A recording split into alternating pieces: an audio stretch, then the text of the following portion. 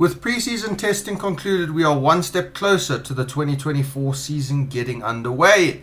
Red Bull are currently rumoured to be on top, but I guess we will never know until the cars actually hit the track in Bahrain 2024. Welcome to Wheel Nuts. My name's Jordan. Joining me today is Chris, as always, the beautiful, lovely Chris. Chris, how are we doing today? I'm doing fantastic, man. It's race week. I've been waiting so long to say that. It's time. I think we've got a super interesting grid behind Max Verstappen. Even his teammates not looking too hot after preseason. So, man, I'm so stoked. I'm so pumped. Dude, I couldn't be more excited. After that preseason testing, and obviously, you know, with preseason testing, the rumor mill gets kicked into a little bit of a shambles, which is always quite exciting. But yeah, guys, without further ado, I think we're just going to jump straight into this episode. So we're going to basically just touch on preseason testing, kind of what our impressions were. We've got a couple of takes of our own, a little bit of kind of expert analysis that was done around the weekend. And then we are going to be jumping into kind of our impressions for the 2024 Bahrain Grand Prix, the upcoming race this weekend. Obviously, guys, if you haven't subscribed to our channel, make sure to do so now. We will be streaming every single Monday after the race, so you don't miss any of that. And then, yeah, after that, we might just touch kind of on our little, a couple, maybe little predictions, a little bit of chit-chat on the upcoming 2024 season. But without further ado, let's jump straight in. Chris, what was your opinions currently on testing? I feel like testing opened up so many more questions this year than answers. Exactly. We really had an expectation of a grid going in as we made our predictions, and I hope everyone's watched that. But as I said, there's so many questions. I think quite a few cars were sandbagging, as we discussed last episode. You can catch what that means. Yeah, what do you think? I'm so interested to see how this all shakes out. Well, first impressions, Red Bull's probably the quickest. I've heard rumors of... I would put an asterisk there. Max looks correct. Max looks the quickest. I've heard a couple of little sprinklings of rumors, and I've been hearing the 1.1 second number being thrown around a little bit, which is... excuse my French, it's fucking terrifying if it's 1.1 seconds. Williams said it's half a second. That should make you feel better, because Williams is the technological forefront runners of this grid. Yeah, that's so true. Okay, well, yeah, I mean, so yeah, that's my impressions. Kind of Red Bull first. I would put Ferrari in second. Basically what a lot of the experts over the weekend have been saying, and kind of what I've been seeing, is the car looks really drivable compared to the previous one. It's looking super stable. Obviously, maybe the overall pace is not there compared to the Red Bull. But I think the rest of the pack falls, and I think it's going to be super tight between kind of Ferrari, Merc, McLaren, and Aston. I feel like completely weekend dependent between those four. And then kind of best of the rest would probably be the RBs, and then kind of everything falls in behind that.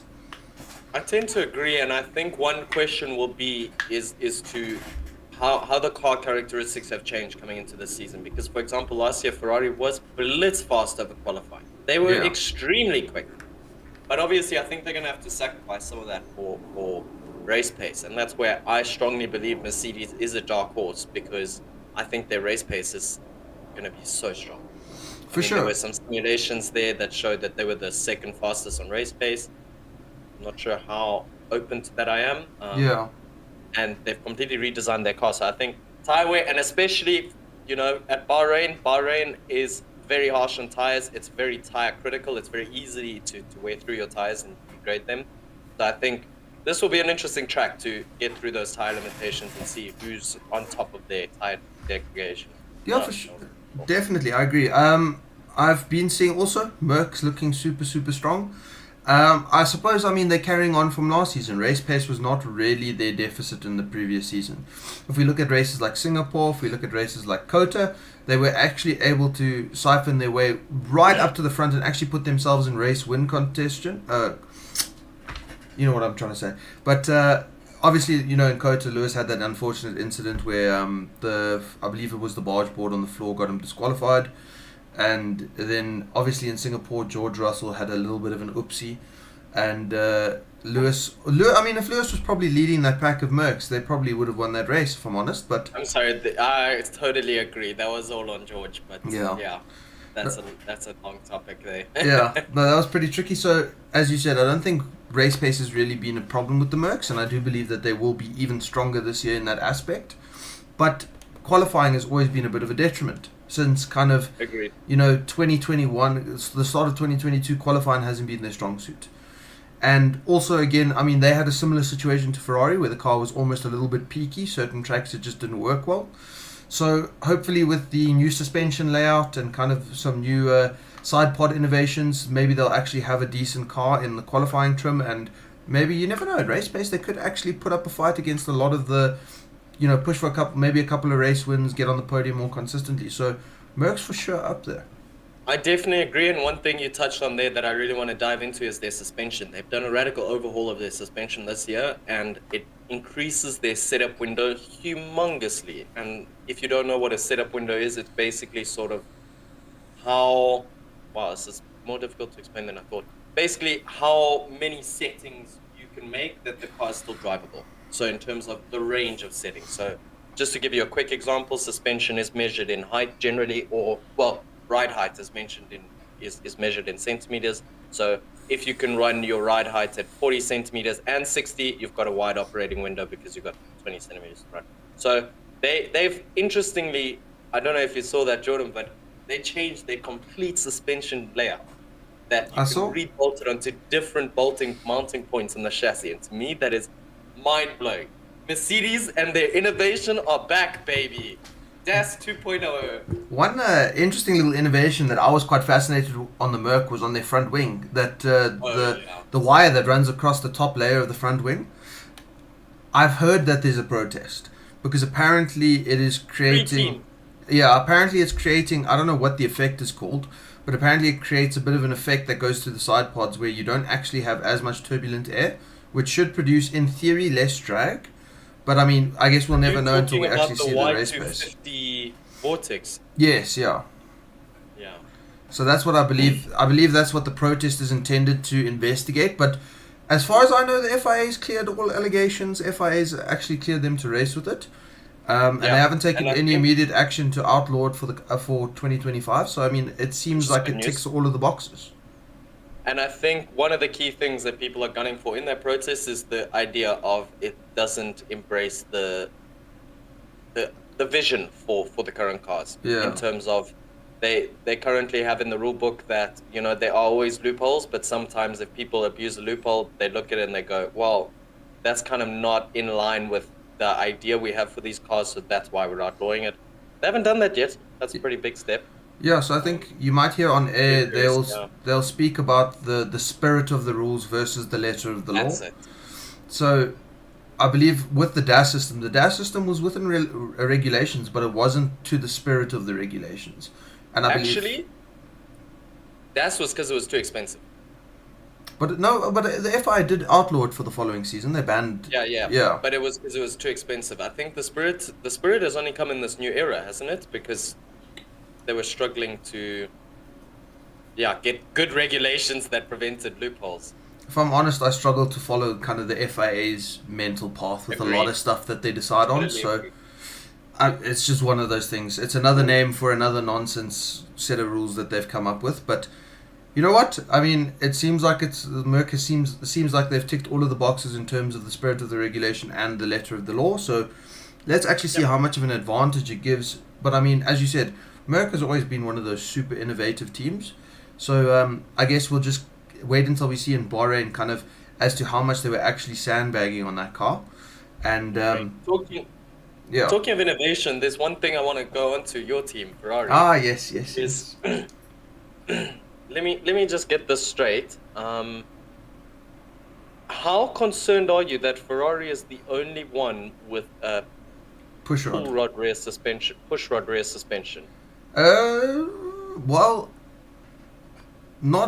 I'm concerned about kind of tire degradation because I believe that does play quite a big factor in the degradation of the tires.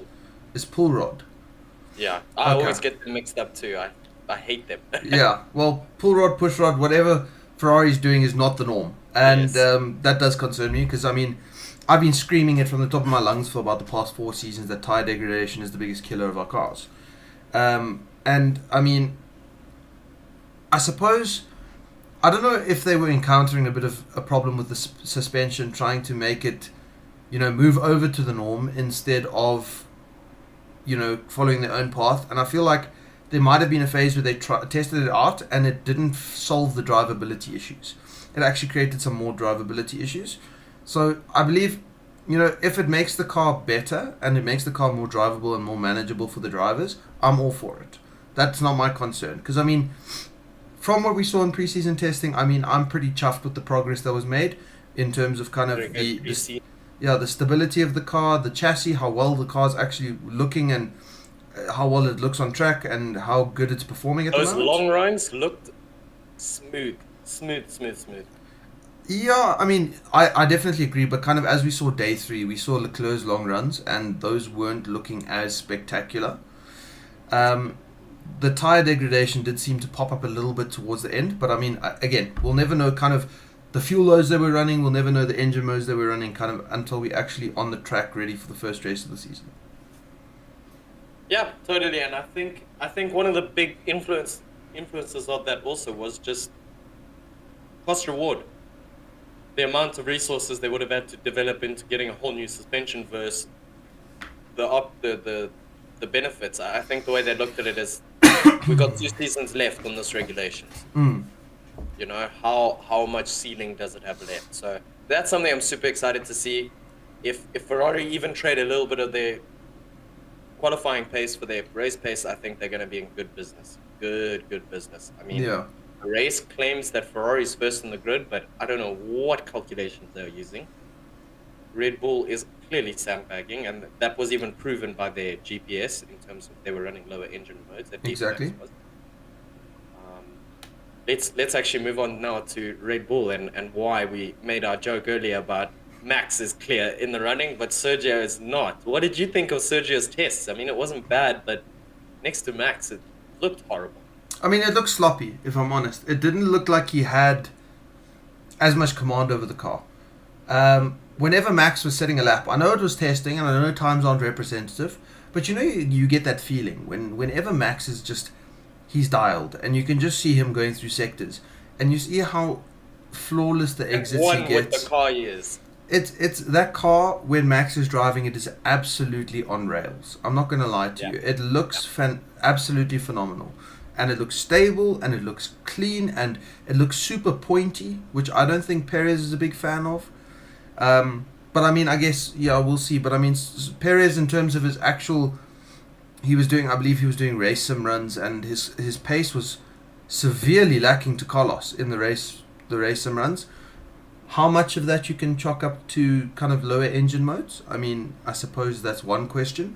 But at the end of the day, I mean, Perez is just, I don't know if he's in that stage now where Red Bull is just telling him, listen, you are not going to challenge Max for the title. Whenever you've tried it, you've kind of started binning it, and we cannot have that anymore. If this is a closer season, we need you just on the consistency of point scoring. Maybe challenge for a podium, maybe challenge a race win here and there. But I feel like he's trying to dial back the Max attack mode and trying to dial in maybe a little bit extra consistency. But again, I just think if we look at the delta, even in testing between the two of them, Max was way ahead. 100%, and I think he kind of has to. I think he really has to let that go, because it's one of those things. Not everyone is built to beat Max. I mean, currently, nobody has since he's had that car. I mean, we can get into Abu Dhabi 2021, but nobody's really touched him. And I think, once again, you were bang on it, and I think he's just looking and going, I need to be a number 2. What does that mean? Consistency, points, no crashes. Yeah. So, it'll be interesting. Contrasting that, I think another group, let's say, you had not a disappointing test, but they're not as good of a test as they wanted, is McLaren, and they looked fast last year. Yeah. Right now they're saying, look, with Ferrari, we don't think we're in contention, which is really interesting. Yeah, I mean, McLaren, unfortunately they were plagued. I believe it was their gearbox that was giving them a bit of problems. or it was the clutch system, one of the two. But I saw that they were doing quite a few repairs onto the car quite early on. But again, I mean, I didn't notice any other team when the cars were in the garage being as secretive as McLaren was. McLaren was forming walls of engineers blocking off the cameras from their cars. So I've got a sneaky suspicion. They even did it at the launch. Exactly, yeah. Did you see that? At the launch, they coordinated how to pack the car away. That was insane. Yeah. So that's the only kind of hope I'm holding on to for McLaren, is that maybe they were testing something and that something was causing them a bit of issues on the car, but they didn't want to kind of reveal it. Kind of like, a Braun GP 2009 situation where they didn't want to, Braun didn't want to reveal kind of the double diffuser that they were rocking.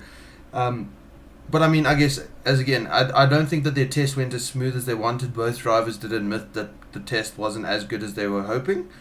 But I suppose we'll see kind of whether that little secretive the secretive bits from the McLaren engineers was simply just mind games, or whether they actually are hiding something quite big. But yeah, I mean, McLaren does seem a bit decent, but it wasn't a terrible test. It wasn't a great test. There were definitely teams that had much, much worse tests. And I think the team that had the worst test was definitely Alpine. Alpine was a tragedy. I see somebody brought it up in chat. Thoughts on the Alpine test? They are looking terrible. They are looking unstable. Their car looks understeering. Yes. It just looks Everything sad. that can be wrong with the car is wrong. Exactly. And I mean, I don't know. It's just seemed like Alpine, since kind of Cyril Abiteboul left in the Renault days, it's just been on a steady decline in terms of performance, in terms of management, in terms of, kind of the cars that they're giving to their drivers. And I mean, it is quite sad to see, because I mean, Alpine is obviously a works team with their own, well, it's not technically their own, it's a Renault engine, but technically still a works team. So I mean, I just don't know, they had probably the most disappointing test in my eyes. 100%, and I think they're going through a bit of a Ferrari culture issue that Ferrari had a while ago, which was just, you're not getting results out and not giving the team time to develop through and grow and learn together. And rumor has it they have not changed their ways. Apparently some big wig engineers are also already out because of how shocking this testing has gone, and I just don't think you can fix it by just constantly turning the mill and getting different people in. I mean, you've got to give them time to cook. Let them cook, man. Exactly, yeah. And yeah, I don't know. I completely agree with you with the Ferrari analogy. I mean, obviously Ferrari went through this whole phase with their team principal and their kind of upper team management, and during that phase they were on a steady decline, and that's exactly what I've seen from Alpine. Like, it's not a good day in the office when Haas has had a more promising test than you have. And I don't want to say that to be disrespectful to Haas, but I mean, jeepers, like, they just looked shocking. Jordan, have you watched Drive to Survive? What, the new season? Yeah. No, I haven't. Okay, So I'm gonna be honest. Yeah. Yeah. No, I haven't. I was gonna say I haven't really watched Drive to Survive since like the season about Max v Lewis. Everything else I haven't watched. I don't blame you. I just use it for motivation for sim racing. Fair enough. But basically, who was it? Will Buxton said, so Haas are in terrible danger because they've rocked up to a gunfight, not with a knife. Oh, but with the spoon. Yeah, I've seen it. That was such a quality line. I must say, I don't really like Will Buxton, but sometimes he kind of drops little bangers in there. But that was very, very funny. I saw a clip of it on TikTok. Of, if you're not in first, you are lost. Then you're not winning. Oh, right, true. Dude, I don't know. Yeah. Going back onto Alpine, as you said, I think they don't look like a racing car to me, and that's the biggest issue. They look slow, they look clumsy, they look overweight. You look at and you think the driver's over pushing it, but then the other driver does the exact same mistake in the exact same spot. Yeah. I think people are gonna get their heads cut, and they will be heads rolling down that grid on Saturday. For sure. Don't forget the race is on Saturday this week. Please don't forget, people. Make sure to check our Chris. I think you shared it onto our Wheelnuts Instagram story. Plug. Go follow the Instagram. But on our Instagram, F1 released a little funny post about I believe it was about preseason testing, and then kind of on there it says, remember, first two race weekends are both on a Saturday, and I believe that's because of Ramadan, if I'm not mistaken.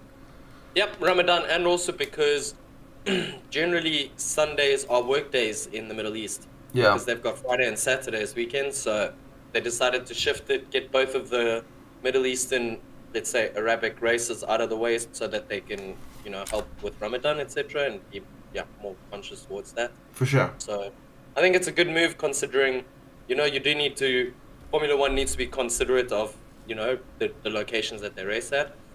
It is interesting to see some of the older Formula One fans losing it that there's a race on a Saturday. Absolutely losing it. But I mean, it is different. We'll see how it goes, but you've got to, acclimatize to where you're racing. So, wait, then practice starts on Thursday, right? Correct. So we got Thursday, Friday, Saturday. It's a normal 3-day weekend, just 1 day earlier. Nice, so okay. We'll see how many people forget about that. Last team, I think, of interest, mind you, we got 2 more teams of interest to touch on, and then we can move on, and I think that would be Racing Bulls and Aston Martin. Okay, yes. Which one do you want to touch on first? First things first, I need to address something that's going to make you quite upset. We did a tier list on liveries. I am moving Mercedes, and I am moving RB. On track, the Mercedes looks bang average. So I'm going to go and revisit and repost it. I'm moving Mercedes livery to the bang average category. But Jordan, what about the night races? We have how many? Like 4. It doesn't count if your car looks good. Like 1/6 of the season. But you know what? In race trim at night, that car with the shining silver and the glossy black looks pretty good. But during the day, it looks bang average. So I'm reshuffling that. I'm moving that down to bang average. And then I am moving the RBs, because the RB on track very much reminds me kind of from a front view of kind of the Williams, the Damon Hill, and Mr. I see it, Jacques Villeneuve were driving around back in the day. That livery is getting better and better for me, so I'm going to move that up into a banger livery. But I've lost my... Oh, right, RB, okay. RB, I think, is quite a bit clear of the rest of the midfield. By the midfield, I'm talking kind of Haas, Stake, and Williams. I think that they're quite a bit clear. I can see Williams being a bit behind them, but I feel like their drivers are struggling with the car a little bit. Because, I mean, it's quite a different concept that they've gone from. It's a completely different car. And, I mean, for the first time in forever, Williams has actually got a proper steering wheel, which is quite cool. That's pretty crazy. But, I think that RB's looking really decent. I believe that Danny Rick said that they're not contesting on podiums or anything straight away, which, I mean, is completely valid. But, I mean, it's definitely an upgrade, and I think that they've taken the biggest leap out from the rest of the midfield, and I think Yuki and Daniel will be regular points contenders. Maybe if the conditions are right, there might be a podium here or there. But, I mean, again, with how competitive the front is, I don't think podiums are realistic for that team. I totally agree, and for me, I think a big takeaway for this team is that a lot of people were concerned it would be a Red Bull sister team and that they'd be copying last year's Red Bull, but actually it looks quite different. They've gone their own route, they've changed a few things, so I'm really excited to see them grow and develop as their own team with their completely different philosophy and move up the ranks. I think that'll be so exciting to see. I just hope that they rename the team. Don't get me started. Yeah, okay. V-Carb? Oh my goodness. So moving on to Aston. Aston, personally, for me, was a bit disappointing. I had high expectations for them. They hit the ground running last year, so they clearly showed, look, we've got something, we can do something.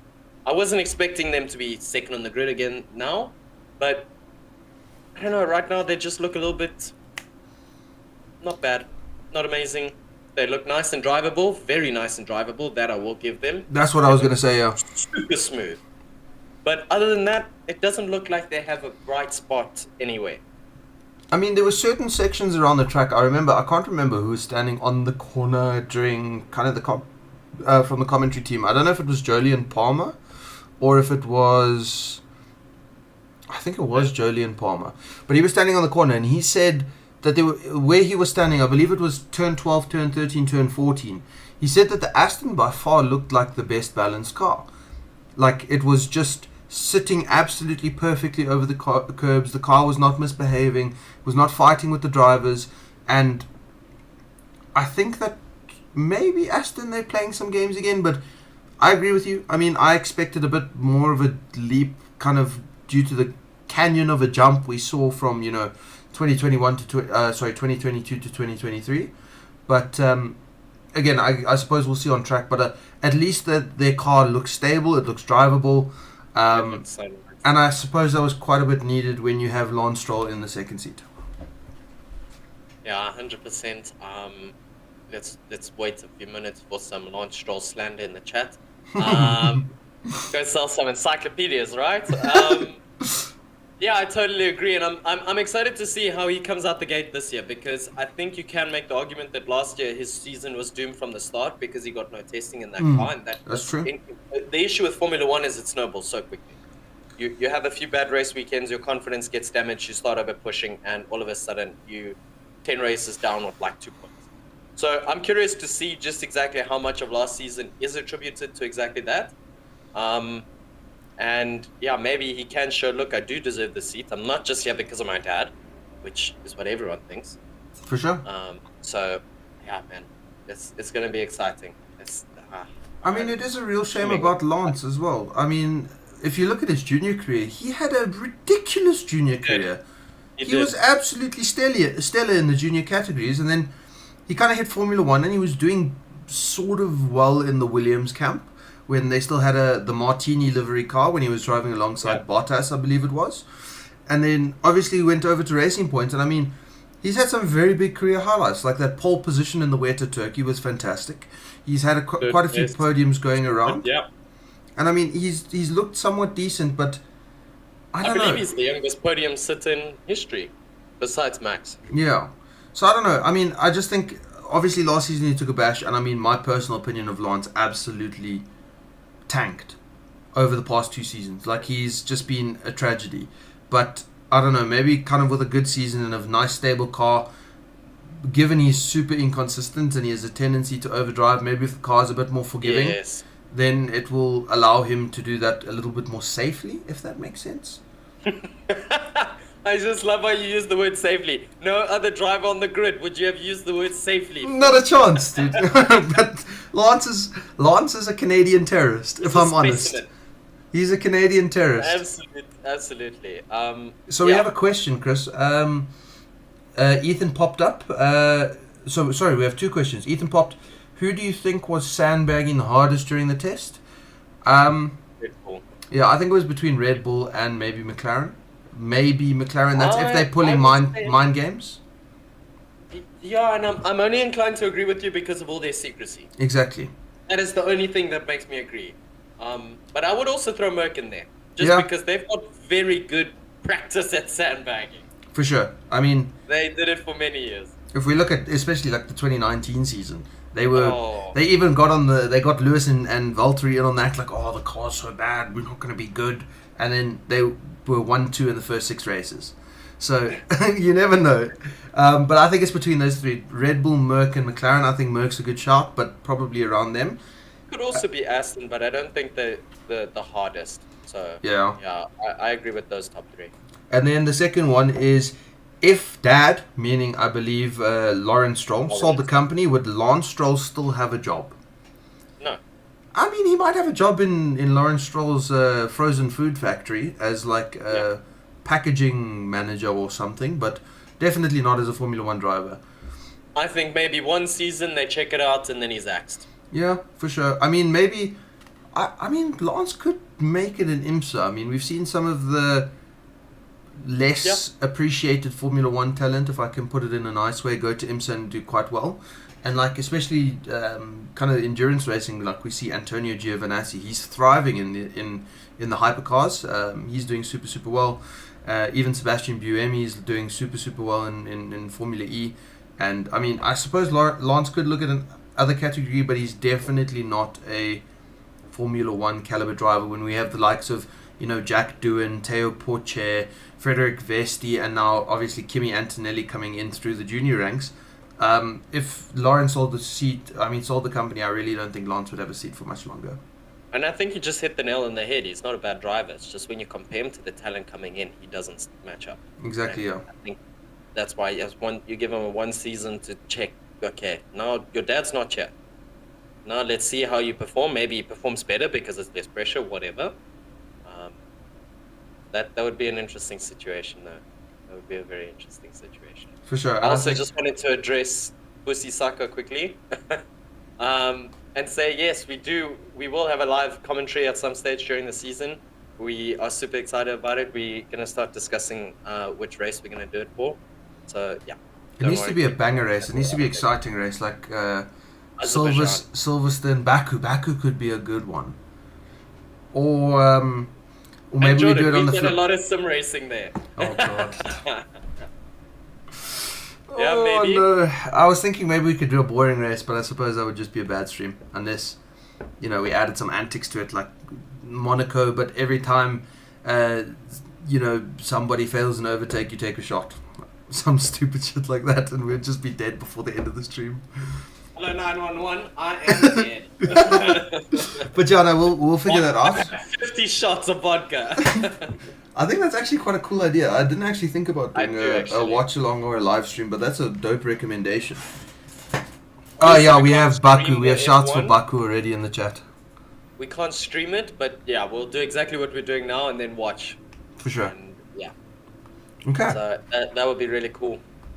Well, I don't suppose there's more to touch on really on preseason testing. I mean, I think really the worst is between kind of Alpine, Williams, and Stake, and then kind of, I would say, Haas, Alpine, and Stake, and then kind of Williams and VCarb are a little bit up. I mean, Williams is a little bit up. VCarb has obviously made quite a leap, and then kind of the rest will fall in as we see. But so I've got an interesting segment here that I thought we could quickly do, just a quick exercise. So what's one question you have for each team?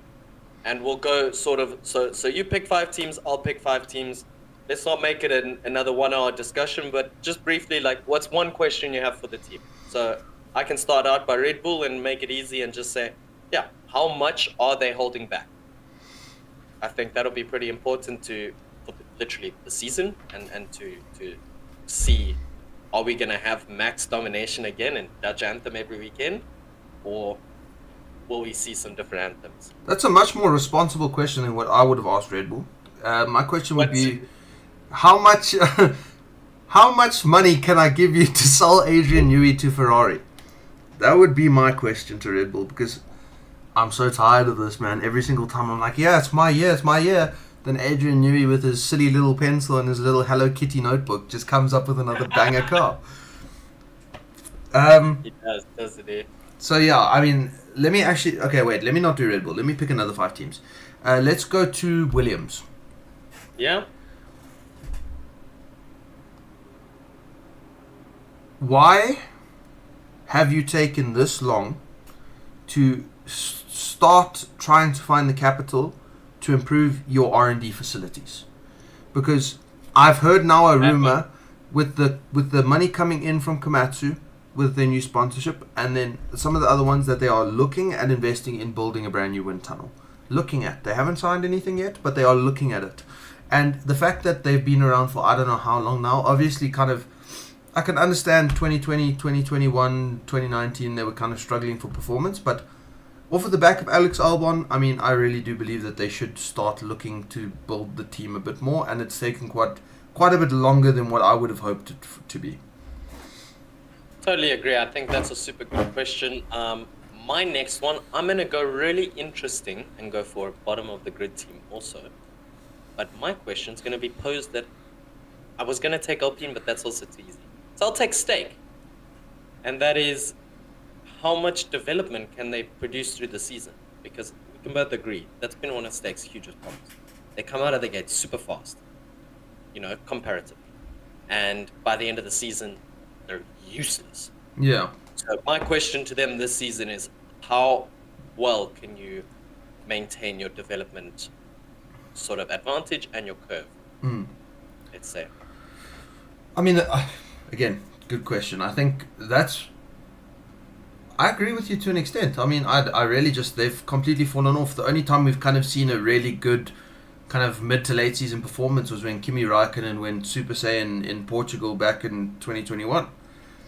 And I suppose that was just because of, his sheer experience and the tricky conditions and all of that kind of, everything kind of played a mix into the hands, and then he started on the soft compared to a lot of other compounds. But that was kind of the last time.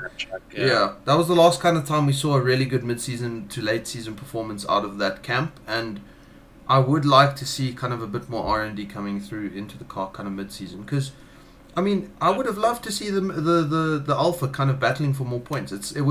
Those Alfa Romeo liveries were gorgeous, and I mean, to have a car that looks that good being a competitor instead of just a twilight zone for drivers who have had enough of the sport. I mean, yeah. So I mean, totally agree. Fantastic question. I think I'm also going to go for a back marker. I'm going to go for Haas.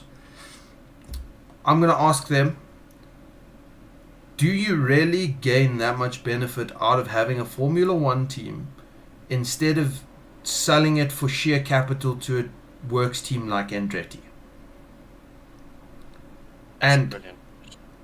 I am not going to let this down until Haas is out of the sport and Andretti is in, because as I said, I think Haas is a banter team. They're like Chelsea. But for me, it needs to be VCARB. VCARB needs to go. Red Bull dual ownership is a whole other topic, but I don't have objection with Haas, but I completely see your point, because at this point, they're just... I don't know what Gene Haas is doing. This is not bringing him sponsorship. He's dragging his brand through the mud.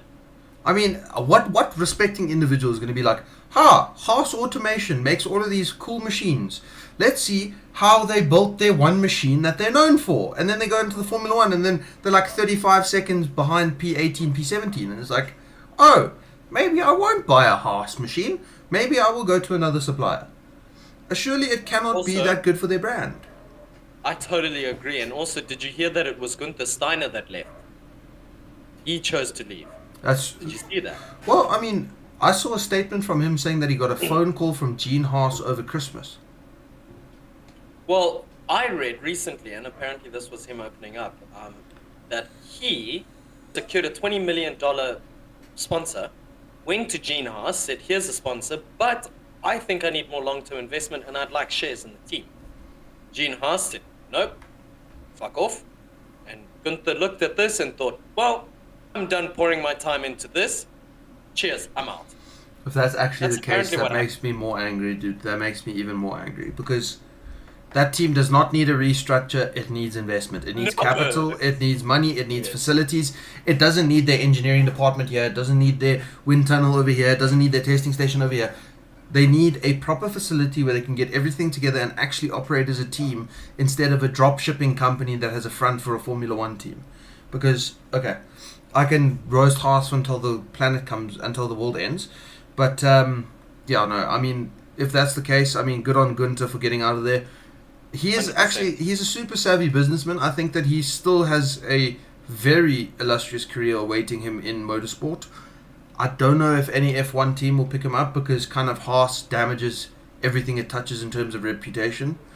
And especially if you look at like Mick Schumacher, if you look at kind of some of the people that came through their ranks, it's been a tragedy ever since it started. But that's besides the point. How many teams have we asked questions to now? I think it's 2 each. So there's a few more. So you got Aston, you got McLaren, you got Merck, you've got... Have we done Ferrari? No, we haven't done Ferrari. I've got a question for Ferrari, but I'll save that. Okay. So then let me jump into Aston Martin. I think mine's a pretty simple question once again. I was going to make it the same as Red Bull, but I'll change it up and just ask them, how much pace did you give up for such a stable car? Because we agreed, they have a fantastically looking smooth car. That car drives and rides the curbs. It looks like I could get in and drive it. Yeah. You know? So my only question is, how much of a cost of speed did that come at, that now you've got a super stable aero platform, but you've lost some of the pace? So that'll be my question. I suppose we'll see when we come to some of like the less downforce dependent tracks, kind of like your Monzas. Yeah. To be fair, Monza actually kind of goes both ways because I mean we saw in 2022 Max ran a super heavy downforce setup and he actually ended up cruising to a victory at that Grand Prix. So, but I suppose we'll see kind of some of the other ones. I think also the chassis dependent tracks because they seem to have got a really good chassis going. Yeah, that's exactly what I was going to mention. The chassis department seems to have taken the biggest leap, but kind of, I don't know, maybe they sacrificed some of the development capital into the powertrain department and kind of went into the chassis department because I think that they might have taken a gamble on Merc engines being super strong. And I mean, the Merc did look pretty decent in a straight line over the weekend. We saw George Russell out-drag Charles Leclerc without DRS. Obviously, testing times, testing engine modes, you never know. But the Merc didn't seem to have that draggy issue anymore. So maybe if their engine is also super solid, maybe Aston will do quite well. But I think that's a question I would love to know as well. It was a big point that they try to attack this off-season for Merc because as we saw last year, they were a tractor on the straights. For sure. So let's see how that goes. Okay. My next one is to McLaren. My question would be, what are you cheeky bastards hiding behind those 17,000 mechanics that lined up in a row every time you changed your front wing? That's what I want to know. Background drops, man, they've been MI6 out here. I'm sure eventually we'll see Sam Collins do a tech talk on kind of the innovations of the McLaren. I like Sam. Yeah, I do. I don't like his haircut, but I think I think his insight and the way he explains stuff is very professional, and I actually really like him as a character. He's much better than kind of the knobbos that Sky Sports has on at the moment, like Paul di Resta. Danica Patrick. Dude, I don't understand it, but you know what? That's another topic. We can make a whole video about that. But yeah, I really want to know what they were being so secretive about, because that just like piques my curiosity as to what the actual performance of the car is and whether. But they did it 2 years ago, eh? And then they came out with the flaw, and it was nothing that magic. Yeah, I mean, I suppose McLaren has always been a semi-tentative team when it came to testing, but I think kind of in the previous seasons they've never really kind of been coming off of the same platform that they came off from last season. So that's very true. I don't know. I guess we'll have to wait and see. And then I mean I'm just very curious as to why they were being. It seemed like they were being like MI6 CIA kind of level secrecy 100%. About their car, and it was just very bizarre to me because all of the rest of the teams were like, "Here's our car," and then McLaren was like, "No, it's behind the 17 people that are lined up to block you." Even the pictures they posted, they blurred the floor. Exactly, yeah. But I guess we'll never know. We'll see kind of what the sandbagging level was from them. But I suppose if I can jump straight into my next question, would be to Alpine.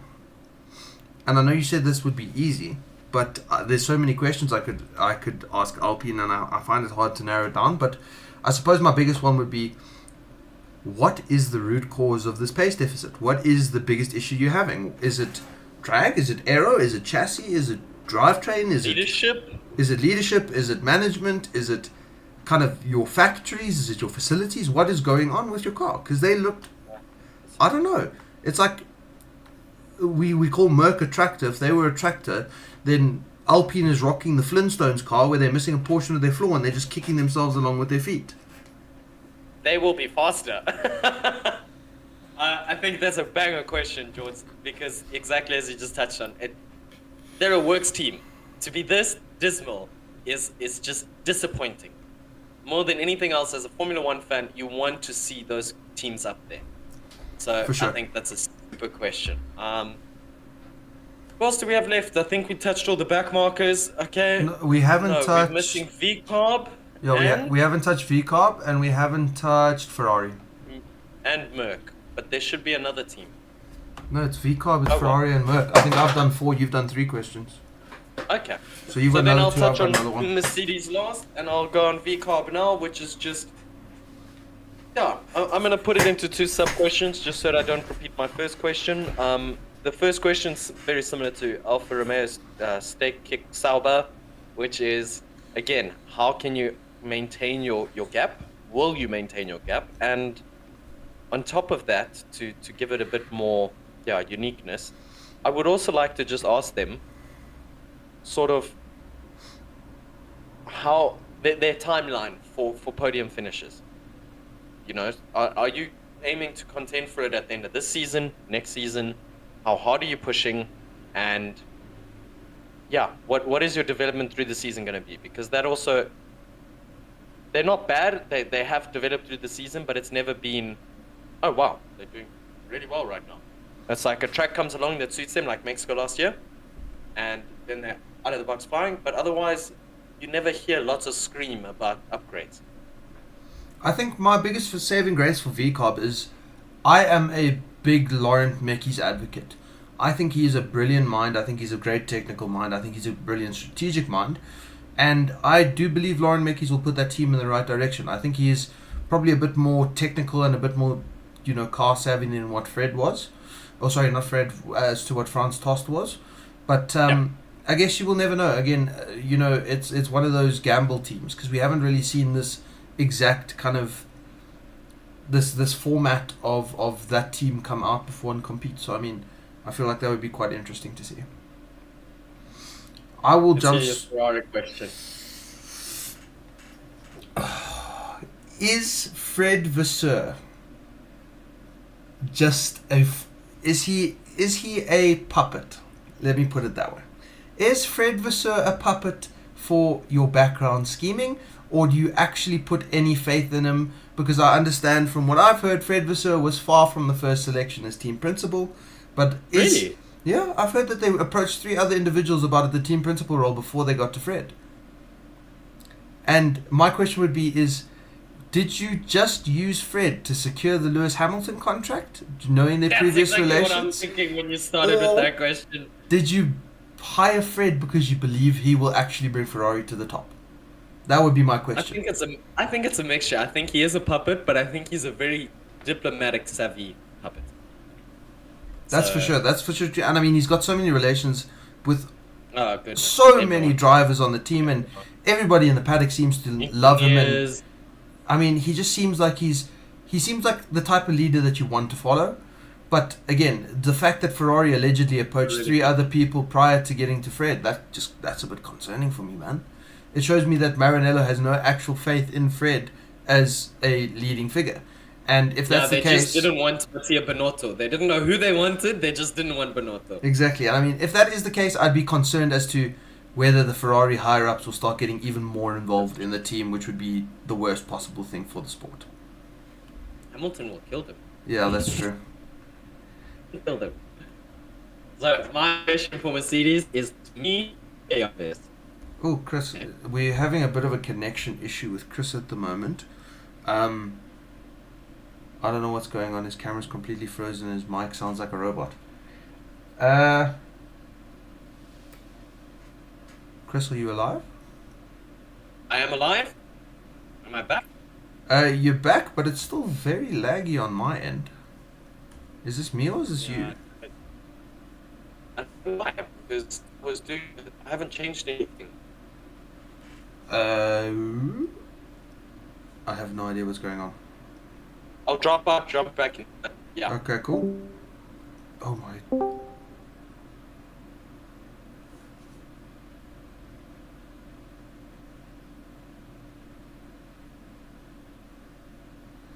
Hello? Hello? Ah! He's returned. So my question to Mercedes is a pretty easy one, which is, why did it take you 2 fucking years to get to this point in time?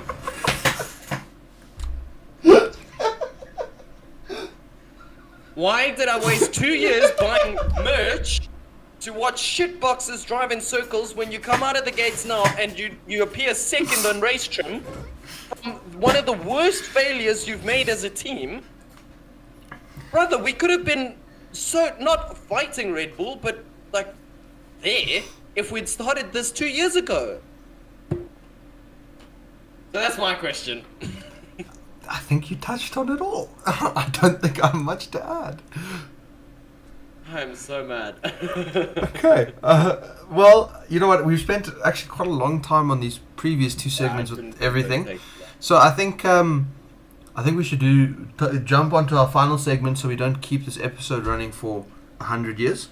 I think we're going to be jumping kind of into the kind of, predictions kind of coming into the Bahrain weekend, what we think is going to be happening, kind of our predictions for the point scorers, maybe some shock results, stuff like that. And, if you guys disagree with us or if you have anything to add, obviously just drop it in the chat. And we will be doing this for every race weekend, by the way. So, for sure. If you want your fantasy tips, James, come through. Okay. Right. That was actually a really cool segment. I enjoyed those question ones, especially your question to Merck. But we'll jump into our kind of predictions. So I think, shall we start? Do you want to start with the do you want to start with? Let's start with the easy one, pole position? Okay. We'll start on qualifying. That's me. Easy money. Max, yeah. I've gotten the exact same. Easy money. And I was tempted to put Charles Leclerc purely because of their history of being super fast on qualies. But I just think Max is so dialed in with that car. No, for sure. And if they were running on low fuel modes, we are so... Him driving that car is a spectacle. If I'm honest, it's a spectacle. I don't really love it, but it is a spectacle. I would say Max is definitely the safest bet at the moment in the whole sport as to any kind of a prediction. I would say probably then going straight on to race win. Or do you want to not do race win? Do you want to do... I think race win's the same for me. Yeah, race win, we can save it for other ones, but I really do think... Wait, you've gone Max Verstappen race win? Yep. Okay, cool. I have gone for Max Verstappen as well. Surprise, surprise, we're going to hear the Dutch national anthem from early on in the season, and it's going to be continuing for quite a while into the season if I follow kind of my thought process based on preseason. But yeah, agree. We will see kind of how that goes, and then... I think for today, just to keep it, should we maybe just do podium today? We can run through 10 through 1. We just don't have to... we don't really need to justify it too much, but... kind of we can just slap our predictions out there, kind of see how it stacks up, and then when we do our recap, we can kind of go back over kind of what we got right and what we got wrong. Perfect. Chris, do you want to start? Sure. Let me just get a pen so that I can write down yours, and then I'll try and make a post for this so that everyone can see. So, my race win is going to be Max Verstappen. Second place, Charles Leclerc. Third place, Lewis Hamilton. Bold, I know, but I think that race trim of Mercedes is going to be killer. And Lewis has got an upper hand on George on tyre saving. Fourth, I see Sergio Perez. As bad as he had a preseason, that Red Bull is just too good to be lower than the top 5 unless he crashes. Okay. Fifth, Carlos Sainz, because that Ferrari does look really nice. Really, really nice. And it's not that I think Sainz is going to have a bad race. It's just I think second till about 6th is going to be max 2-second drift between them. That's sure. What I think right now. So okay. Carlos Sainz 5th, 6th Fernando Alonso. I think he's got to be thrown in the max there. Alonso, what a driver. 7th Lando Norris. I do see him outperforming Piastri at this weekend. I only put them so low because the MCL 38 really just doesn't look very well suited to this track, and it didn't last year either. 8th I've gone George Russell. 9th Oscar Piastri, and 10th Danny Rick. Nice. Okay. So that's very interesting. We've deviated a bit, but that's a very interesting top 10. That's probably more responsible than what I've said. But I suppose let me jump straight into it. I have gone first, obviously, Max Verstappen. Dutch national anthem will start early in the season. Second, Charles Leclerc. He has a habit of coming second in Bahrain, but hopefully this season the engine won't explode. Third, I've gone for Lando Norris. I believe that McLaren... this is a gamble. I think that maybe we'll see some sandbagging from McLaren. And I do believe that all of that secrecy is for a reason, and I do believe that Lando might come third in the opening race, and we're going to see McLaren maybe get off to a decent start. Fourth, I've gone Oscar Piastri. Again, same reason as... 2 McLarens. Yeah. That high up. Yeah. I've gone same reasoning as Lando. Right behind them, chasing up the rear, I've gone the racing green of the Fernando Alonso car, coming in at a solid 5th. Again, why do you hate Mercedes, man? No particular reason, dude. No particular reason. I think I'm still scarred from what Lewis did to Sebastian Vettel's career. But yeah, so fifth Fernando. I think the car looks super stable, super drivable. Again, I just don't think that the overall pace will be there. 6th, Lewis, Mr. Lewis Hamilton. I feel like Mercedes might have a bit of a fumble in quali. That's the only reason I've put them that low. When they were running their quali sims, they did not look the greatest in the preseason testing. Their car looked a little bit easy to lock up. It looked a little bit oversteery on occasions. Lewis had quite a few snaps coming in and out of corners, so I suppose we'll see kind of what happens, but this is complete gamble. Straight behind them, I've got George. So the 2 Mercedes will come through the pack quite nicely, and then they will get up onto kind of the higher point scoring table. Number 8, Daniel Ricciardo. Nice. I think the V-Carb is probably going to mop up whatever points are left available. Where's Carlos? Did 9, Yuki Tsunoda. Okay. I think, I think You're swinging for debate in the comments today. I think the V-Coms, as I said, same reason. They will probably mop up the rest of the available points after the top teams have secured their spots. And in 10th, I've gone for Alex Albon. Is Sainz gonna have the engine blow up this year? I am thinking at least one of the Ferraris will have a technical issue in the first race. If they say history repeats itself, and history has repeated itself an unfortunate amount of times, one of the Ferraris will suffer it. Leclerc's had his fair share of the bad luck. I feel like Carlos might have a bit of an engine issue this race. Ferrari might actually be running 2 and 3. That's actually my prediction, was not an engine blow up.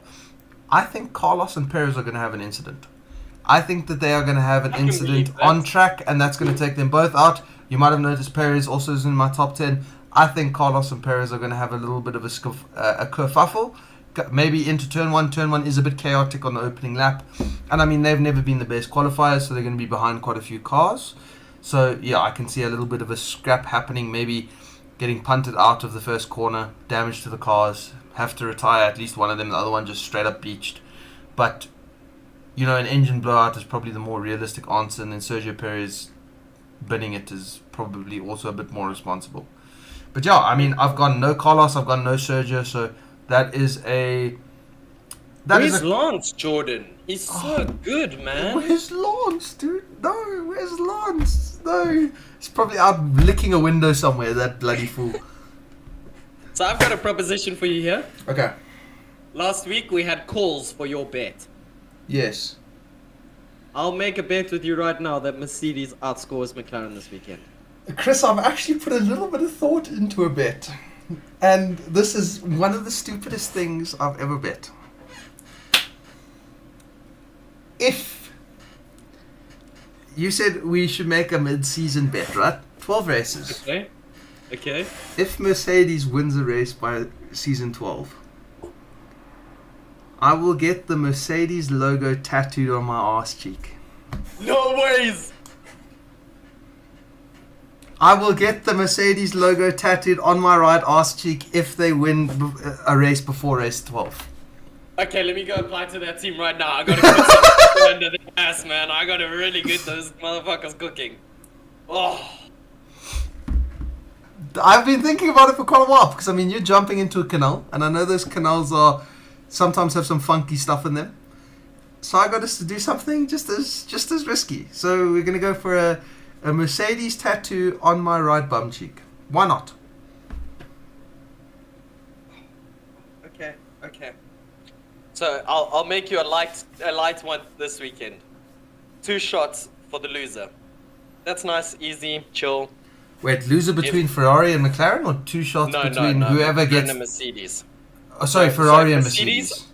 Ferrari's out of the question. Ferrari will beat Mercedes this weekend. If Mercedes outscores McLaren, you have to take 2 shots. If McLaren outscores Mercedes, I'll take 2 shots. Cool. Sounds good. That sounds Now like we a got plan. 2 bets this one. Oh my goodness. A tattoo of the Merc logo. Oof. Okay. Thankfully it's not as detailed as the Ferrari one. It was Nice and either the Merc logo or it was the numbers 44. Those were the options. But the Merc logo, you've got a bit more explanation out of it, you know? yeah, I feel like the Merc logo because I mean, if Lewis comes to Ferrari and then people see the 44 tattoo, hopefully not many people will see it. But if it does come out and people are like, "Why do you have 44 tattooed on your ass?" I can be like, "Yeah, Lewis, Ferrari driver, I love Ferrari." Yay! But then if they see the Mercedes logo and they'll be like, "Jordan, aren't you a Ferrari fan?" I'll be like, you know, that's crazy. Smart. But yeah. Respect. I think the Merc logo would be a bit more detrimental than the 44. So I'm going to go with the Merc logo. If it does happen, I pray that nothing crazy happens. But yeah, yeah, we'll see. Best you pick a professional tattoo artist, or you'll end up with an anarchy tattoo. That's very true. I need to actually find someone quite good. The guy who's doing my stuff at the moment, I think, will be able to do it, and he'll understand that it was for a stupid bet. So. And he'll find it quite funny, so I'm sure he would be willing to do it for me. I'm speechless. I'm so speechless. Should I do the Merc logo with the AMG underneath? That would be cool. Mm. That would be really cool. Get George's face across your back. Not a chance, dude. Not a chance. No, wait, Jordan. Get George's... This one. And he's holding my 2 arms like that. That would be quality, dude. No. Yes. Okay, I'm not. Or Okay. you can do it on your thigh and he's just holding your ass like this. Dude, what? No, that's nasty. I think the butt cheek is already a bit of a push. But yeah, okay. So that is official. That's a good spot to end. I already think the Mercedes logo is pushing it a bit. This is going to be on me forever, unfortunately. But let's just hope that they don't win. But as you said, we have run quite a long time today. Tattoo of #blessed. You see, but I can still justify that as a Ferrari tattoo. It needs to be. It needs to be detrimental to my own supporting. Well, I mean, we're probably going to be supporting the same team next year, so I can only talk shit for so much longer. Okay. Alright, well, guys, Osama bin Russell tattoo. Okay, enough. Okay, so I think we have run a little bit long. We're about 2 minutes over the time. But again, thank you, ladies and gentlemen. This has been, I don't know what episode we're on. We're on episode something of Wheel Nuts. As per the usual, if you guys... have enjoyed the podcast, if you enjoy our content, please make sure to drop us a subscribe, turn on your notifications so you never miss when we go live. And then I also just want to throw in a note that we're so sorry about today. We know the timing was a bit messy. We had load shedding and then we were trying to get a new platform going, which just didn't work out. So yeah. So actually, hopefully we're going to be able to sort out that new platform, and then kind of in the future we're going to have a bit better video and audio quality into the podcasts, which would be fantastic. But yeah, guys, again, sorry for, as Chris said, sorry for us being a little bit late, but next time we will make sure to be on time. Even if there is load shedding, we'll get the load shedding lamps and the inverters running. But yeah, I think this is a great place to end it. We'll see you guys kind of after Bahrain. We're going to re-review kind of all of our predictions and go over everything. And ladies and gentlemen, the Formula 1 2024 season is finally here. We have some bets on the line. We have some interesting wagers going on. So I can't wait to see how this plays out. But as per always, keep posted. Check our Instagram for more. Make sure to drop a follow on there. We do announce all of our streaming and everything on there, as well as links. And then we share some funky, cool posts all over the place over there. And then, as I said, notifications and subscribe to our YouTube channel. This is where we will be streaming in the future. Anything else you want to add, Chris? No, just a big thank you for today, and come on guys, you have to stay posted now to watch our tattoos and our wagers and canal jumps. Right, ladies and gentlemen, I think we're going to call it to an end. Thank you, Chris. Thank you everyone in chat for interacting with us. Good. We love you guys all. We will see you next week.